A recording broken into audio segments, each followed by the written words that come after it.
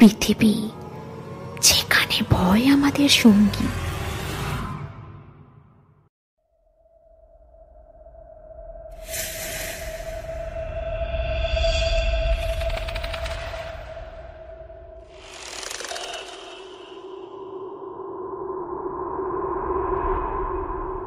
অন্ধকার রাত, কুয়াশায় ঢাকা রাস্তা, আর কানের ভিতর শোনা যায় অজানা কিছু নিঃশ্বাস। ভৌতিক পৃথিবীতে সকলকে স্বাগতম। এখানে আপনি পাবেন ভৌতিক গল্প, অজানা রহস্য আর অদ্ভুত ঘটনার এক ভিন্ন জগৎ। প্রতিটি গল্প আপনাকে নিয়ে যাবে এক অন্য ভয়ের জগতে, যেখানে বাস্তব আর কল্পনার সীমারেখা মিলেমিশে যায়। তাহলে আলো নিভিয়ে বসুন আর ডুবে যান ভৌতিক পৃথিবীর রহস্যের জগতে।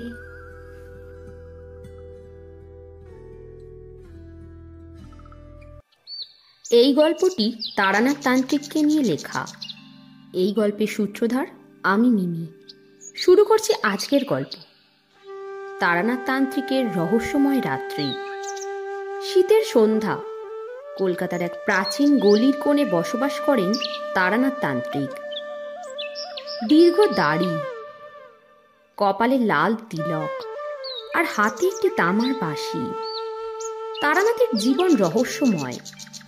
অনেকেই বলেন তারানাথ অতিপ্রাকৃত জগতের সঙ্গে সংযোগ স্থাপন করতে পারেন।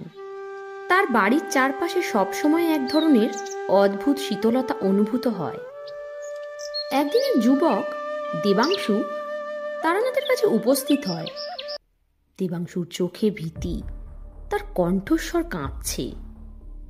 সে জানায় গ্রামের পাশে এক পুরানো জমিদার বাড়িতে অদ্ভুত ঘটনাগুলি ঘটছে। বাড়িটিতে কেউ বাস করতে পারে না। রাতে শোনা যায় ছায়ামূর্তির হাঁটা চলার শব্দ, দরজার কড়া নাড়া আর কখনো কখনো গভীর নিঃশ্বাস ফেলার আওয়াজ। তারানাথ তান্ত্রিক চোখ বন্ধ করে মৃদু হেসে বললেন, ওই বাড়িতে কিছু একটা লুকিয়ে আছে যা মুক্তি চায়। চলো সেখানে যাই, দেখতে হবে এই রহস্যের মূল কি। তারানাথ দেবাংশুকে সঙ্গে নিয়ে রাতের আধারে সেই জমিদার বাড়ির দিকে রওনা হন। বাড়ির চারপাশে যেন অদ্ভুত এক পরিবেশ। গাছের পাতাগুলোতে যেন কারো নিঃশ্বাসের ছোঁয়া লেগে আছে। বাড়ির ভিতরে ঢুকতেই তারানাথ অনুভব করেন এক প্রবল শক্তির উপস্থিতি। তিনি ধ্যানে বসেন। কিছুক্ষণ পর চোখ খুলে বলেন, এ বাড়িতে এক আত্মা বন্দী, তার নাম সরোজিনী। জমিদার বাড়ির এক করুণ কাহিনীর সাক্ষী সে। সরোজিনী ছিল জমিদারের কন্যা। তার প্রেমিক ছিল গ্রামের এক সাধারণ যুবক। জমিদার এই সম্পর্ক মেনে নিতে পারেননি। একদিন তিনি সরোজিনীকে এই বাড়ির এক গোপন ঘরে বন্দি করে রাখেন। অনেকদিন সেখানে বন্দি থাকার পর সরোজিনী ধীরে ধীরে নিঃশ্বাস ত্যাগ করেন।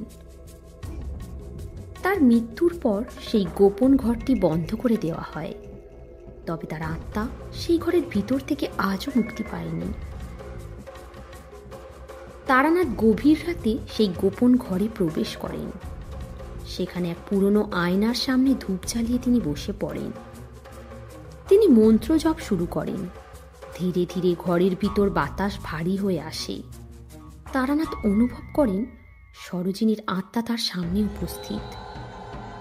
তারানাথ বলেন, তুমি মুক্তি চাও সরোজিনী? তোমার কষ্টের দিন শেষ, এবার শান্তিতে যাও। সরোজিনীর আত্মা এক মৃদু আলো হয়ে আয়নার মধ্যে দিয়ে বেরিয়ে যায়। ঘরটি আবার নিস্তব্ধ হয়ে যায়। তারানাথ বুঝতে পারেন সরোজিনী এবার শান্তি পেয়েছে। জমিদার বাড়ি থেকে বেরিয়ে আসার সময় দেবাংশু তারানাথকে জিজ্ঞাসা করে, বলছি এখন কি সব ঠিক হয়ে যাবে? তারানাথ মৃদু হেসে বলেন, এই বাড়ি এখন মুক্ত, সরোজিনী এখন আর কাউকে বিরক্ত করবে না। তবে মনে রাখবে, অন্যায়ের বিচার একদিন হবেই, শুধু সময়ের অপেক্ষা। তারানাথ তান্ত্রিক তার বাঁশি হাতে নিয়ে ধীরে ধীরে অন্ধকার গলির দিকে এগিয়ে যান। দেবাংশু মনে মনে ভাবতে থাকে, তারানাথ তান্ত্রিক শুধু একজন সাধক নন, তিনি রহস্যময় জগতের এক পরম সত্যের পথপ্রদর্শকও। তারানাথ তান্ত্রিকের রহস্যময় রাত্রি। শীতের সন্ধ্যা শেষ হয়ে রাতের অন্ধকার আরো গভীর হয়েছে। তারানাথ তান্ত্রিক ধীরে ধীরে নিজের বাড়ির দিকে হাঁটছেন। দেবাংশু তার পিছু পিছু চলতে চলতে ভাবছে, এই মানুষটি কি সত্যিই সাধারণ? তারানাথের সঙ্গে এই এক রাতেই তার এমন অভিজ্ঞতা হয়েছে যা সারা জীবন ভুলবে না সে। জমিদার বাড়ির ঘটনা শেষে দেবাংশু জানতে চায়, বলছি, ও তারানাথ দা, এ বাড়ি তো এখন মুক্ত, কিন্তু এমন অনেক তো জায়গা আছে যেখানে মানুষ অজানা আতঙ্কে দিন কাটায়। বলছিলাম কি তাদের সাহায্য করা যায় না? তারানাথ মৃদু হেসে বললেন, দেবাংশু, পৃথিবী বড় রহস্যময়। এমন অনেক জায়গা আছে যেখানে অতীতের কষ্ট, অন্যায় আর অমীমাংসিত ঘটনা ছায়ার মতো আটকে আছে। সময়ের সঙ্গে সঙ্গে সেসব ঘটনা মুছে যায় না, বরং গভীর হয়। কিন্তু সব কিছুরই তো সমাধান আছে, শুধু ধৈর্য আর সঠিক সময়ের অপেক্ষা করতে হয়। দেবাংশু জানতে চায়, আপনি কিভাবে তন্ত্র সাধনা শিখলেন? আপনার এই শক্তির উৎস কি? তারানাথ চুপচাপ কিছুক্ষণ ভেবে বললেন, আমার জীবনের গল্প এক রহস্যময় অধ্যায়। ছোটবেলায় আমার এক গুরু, আচার্য শম্ভুনাথ, আমাকে তন্ত্র সাধনার পথে নিয়ে এসেছিলেন। তিনি আমাকে শিখিয়েছিলেন, তন্ত্র শুধুই শক্তি নয়, এটি এক ধরনের আত্মোপলব্ধি। প্রকৃতি, মানুষ আর অতিপ্রাকৃতের মাঝে সংযোগ স্থাপন করাই তন্ত্রের মূল মন্ত্র। তারানাথ স্মৃতিচারণ করতে করতে বললেন, আমার জীবনে এক সময় ছিল যখন আমি নিজের ক্ষমতার গুরুত্ব বুঝতাম না, কিন্তু একদিন গুরু শম্ভুনাথের কাছে আমি জানতে পারি, এই ক্ষমতা ব্যবহার করতে হলে হৃদয়ের পবিত্রতা এবং ন্যায়ের পথে থাকা অত্যন্ত জরুরি। তারানাথের কথা শেষ হতে না হতেই বাড়ির দরজায় কড়া নাড়ার শব্দ শোনা যায়। দেবাংশু দরজা খুলে দেখেন এক বৃদ্ধা নারী দাঁড়িয়ে আছেন, তার চোখে জল। তিনি কাঁপা কাঁপা কণ্ঠে বললেন, তারানাথ বাবু, আমার মেয়েটি বড়ই অসুস্থ। ডাক্তাররা কিছু বুঝতে পারছে না, সবাই বলছে ওর ওপর কিছু আছে। আপনি না এলে হয়তো ওর আর বাঁচার উপায় নেই। তারানাথ চোখ বন্ধ করে কিছুক্ষণ ধ্যান করলেন, তারপর বললেন, চলো দেখি কি করা যায়। বৃদ্ধার সঙ্গে তারানাথ ও দেবাংশু সেই বাড়িতে পৌঁছান। বাড়িতে ঢুকতেই তারানাথ অনুভব করেন কিছু একটা ঠিক নেই। ঘরের ভিতর মেয়েটি শুয়ে আছে, তার শরীর অস্বাভাবিকভাবে কাঁপছে। তারানাথ বুঝতে পারেন মেয়েটির ওপর অপদেবতার প্রভাব পড়েছে। তিনি ধূপধুনো জ্বালিয়ে মন্ত্রপাঠ শুরু করেন। ঘরের পরিবেশ ভারী হয়ে আসে। অন্ধকারের মধ্যে থেকে এক ছায়ামূর্তি বেরিয়ে আসে। মেয়েটির শরীর থেকে সেই অপদেবতা বেরিয়ে তারানাথের সামনে দাঁড়ায়।